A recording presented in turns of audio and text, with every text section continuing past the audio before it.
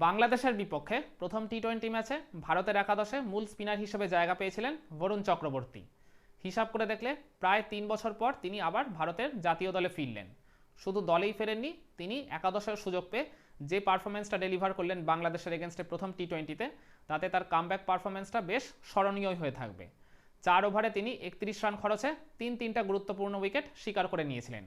বাংলাদেশকে ভারত যে অত কম রানের মধ্যে গুটিয়ে রাখতে পেরেছিল, তার জন্য এই বরুণ চক্রবর্তীর বোলিং স্পেলটাও কিন্তু যথেষ্ট কার্যকরী ছিল। তিনি ভারতের এই একাদশে কার জায়গায় এসছেন জানেন? রবি বিষ্ণয়ের জায়গায়। মানে রবি বিষ্ণয়কে রিপ্লেস করেই তিনি এই ভারতের 11-এ সুযোগ করে নিয়েছেন। কেন এমনটা বলছি? কারণ বাংলাদেশের বিপক্ষে এই সিরিজ শুরুর আগে আর গত টি-20 বিশ্বকাপটাকে যদি আমরা হিসাবের খাতা থেকে বাদ দিই, তাহলে ভারত এই 2024 সালে মোট টি-20 ম্যাচ খেলেছে 11টা। এই 11 ম্যাচের 11টাতেই ভারতের একাদশে ছিলেন ওই রবি বিষ্ণয়। শুধু তিনি একাদশেই ছিলেন না, তিনি মূল স্পিনার হিসেবেই দলে ছিলেন।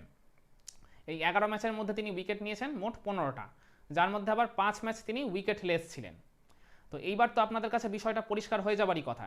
এর পরের ম্যাচেই, মানে পরের সিরিজেই যখন বরুণ চক্রবর্তী দলে স্কোয়াডে এলেন, শুধু স্কোয়াডেই আসেননি, তিনি একাদশের সুযোগ করে নিয়েছেন মূল স্পিনার হিসেবে। আর সেই জায়গাটায় বাদ পড়েছে ওই রবি বিষ্ণয়। তার মানে এইটা একদম পুরোপুরি ক্লিয়ার যে বরুণ চক্রবর্তী রবি বিষ্ণয়কে রিপ্লেস করে এই একাদশে জায়গাটা পেয়েছেন। এবার এই জায়গায় প্রশ্নটা হচ্ছে, ভারতের এখন টার্গেটই হচ্ছে 2026-এর টি-20 বিশ্বকাপ, যেটা এখন থেকে প্রায় 2 বছর পর অনুষ্ঠিত হতে চলেছে এই ভারত আর শ্রীলঙ্কার মাটিতেই। তো সেই বিশ্বকাপটাকে টার্গেট করেই এখন ভারতের সিলেক্টররা টি-20 দলটা গোছাচ্ছেন। তো সেই দলে বরুণ চক্রবর্তী থাকার কি কোনো সুযোগ রয়েছে? কারণ এখন তার বয়স 33, 2 বছর পর হয়ে যাবে 35 বছর বয়সী বরুণকে সেই 2026 টি-20 বিশ্বকাপের স্কোয়াডে কি সিলেক্টররা দেখতে চাইছেন, বা তাকে কি আর কি রাখা উচিত?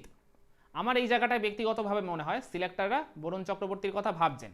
যদি নাই ভাবতেন তাহলে মানে বললাম প্রায় 3 বছর পর তাকে কিন্তু আবার জাতীয় দলে ফিরিয়ে আনতো না। আর তার যতই আর কি 35 বছর বয়স হয়ে যাক না কেন, বরুণ চক্রবর্তী কিন্তু স্পেশালিস্ট টি-20 প্লেয়ার, টি-20 বোলার। তিনি অন্য 2 ফরম্যাটে সেইভাবে কিন্তু ক্রিকেট খেলেন না, সেইভাবে কি প্রায় খেলেন না বললেই চলে। তার সমস্ত ফোকাস হচ্ছে টি-20 ক্রিকেটিং। আর রবি বিষ্ণয় তো এই জায়গাটায় দারুণভাবে রেসেই থাকবেন, কারণ তিনি হচ্ছেন ইয়ং সেন্সেশন। ভারতের আর কি পরের জেনারেশনের মানে স্পিন অ্যাটাকের আর কি মূল দায়িত্বেই তিনি যে থাকবেন, এটা এখন থেকেই ধরে নেওয়াই যায়। তার বয়সও যেহেতু কম, এখন তার বয়স 24, 2 বছর পর গিয়ে হবে 26। তো ওই টি-20 বিশ্বকাপের 15 জনের স্কোয়াডে ঢোকার প্রবল দাবিদারের মধ্যে এই রবি বিষ্ণয়ও একজন। আমরা যদি এই দুজনের আন্তর্জাতিক পরিসংখ্যানটার দিকে একটু চোখ রাখি, তাহলে রবি বিষ্ণয় এখনও অবধি ইন্টারন্যাশনাল ক্রিকেটে ম্যাচ খেলেছে 32টা, উইকেট নিয়েছেন 48টা, তার অ্যাভারেজ হচ্ছে 18.96, আর তার ইকোনমি হচ্ছে 7.3। আর অপরদিকে বরুণ চক্রবর্তীর ইন্টারন্যাশনাল ক্রিকেটের অভিজ্ঞতা হচ্ছে মাত্র 7 ম্যাচের, তিনি উইকেট পেয়েছেন 5টা, তার অ্যাভারেজ হচ্ছে 32.6, আর তার ইকোনমি হচ্ছে 6.15। তো আর কি এই দুই ক্ষেত্রে আর কি যদি তুলনা করি, তাহলে রবি বিষ্ণয় কিন্তু আন্তর্জাতিক ক্রিকেটের বিচারে বরুণ চক্রবর্তীর থেকে অনেকটাই এগিয়ে রয়েছে। ম্যাচ খেলার দিক থেকেও যেমন তিনি অনেক এগিয়ে রয়েছেন, তেমনি অন্যান্য পরিসংখ্যান, উইকেট নেওয়ার ক্ষেত্রে বলুন বা মানে ইকোনমি বলুন, অ্যাভারেজ বলুন, সব দিক থেকেই কিন্তু বরুণ চক্রবর্তীর থেকে তিনি বেশ অনেক কদম এগিয়ে রয়েছেন। এবার আমরা আইপিএল পরিসংখ্যানটার দিকে একটু চোখ রাখি। রবি বিষ্ণয় আইপিএলে এখন অবধি ম্যাচ খেলেছেন 66টা, উইকেট পেয়েছেন 63, তার অ্যাভারেজ হচ্ছে 24+, আর তার ইকোনমি হচ্ছে 7.81। এরপর বরুণ চক্রবর্তীর পরিসংখ্যানটার দিকে চোখ রাখি। আইপিএলে তিনি ম্যাচ খেলেছেন 70, উইকেট নিয়েছেন তিনি 83টা, তার অ্যাভারেজ হচ্ছে 24+, আর তার ইকোনমি হচ্ছে 7.56। আইপিএলের পরিসংখ্যানটার দিক থেকে আর কি যদি তুলনা করি, তাহলে মানে বরুণ চক্রবর্তী এই জায়গাটায় রবি বিষ্ণয়ের থেকে স্লাইড একটু হলেও এগিয়ে রয়েছে। এটা আপনি মানুন কিংবা নাই মানুন, উইকেট নেওয়ার দিক থেকে বলুন বা ম্যাচ খেলার দিক থেকে বলুন, ইকোনমি, অ্যাভারেজ সব দিক থেকেই বরুণ চক্রবর্তী রবি বিষ্ণয়ের থেকে অল্প একটু হলেও এগিয়ে রয়েছে। আর এই 2024 সালে অনুষ্ঠিত হওয়া আইপিএলে এই দুজনের পরিসংখ্যানটা যদি একটু তুলনা করি, তাহলে রিসেন্ট পাস্টে তারা টি-20 ফরম্যাটে কেমন পারফর্ম করছেন সেটাও একদম পরিষ্কার হয়ে যাবে।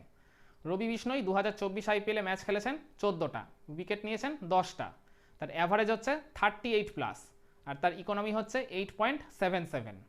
আর বরুণ চক্রবর্তী আইপিএলে খেলেছেন এই বছর 14টা ম্যাচই, উইকেট নিয়েছেন 21টা, তার অ্যাভারেজ হচ্ছে এই জায়গাটায় 19+, আর তার ইকোনমি হচ্ছে 8.04।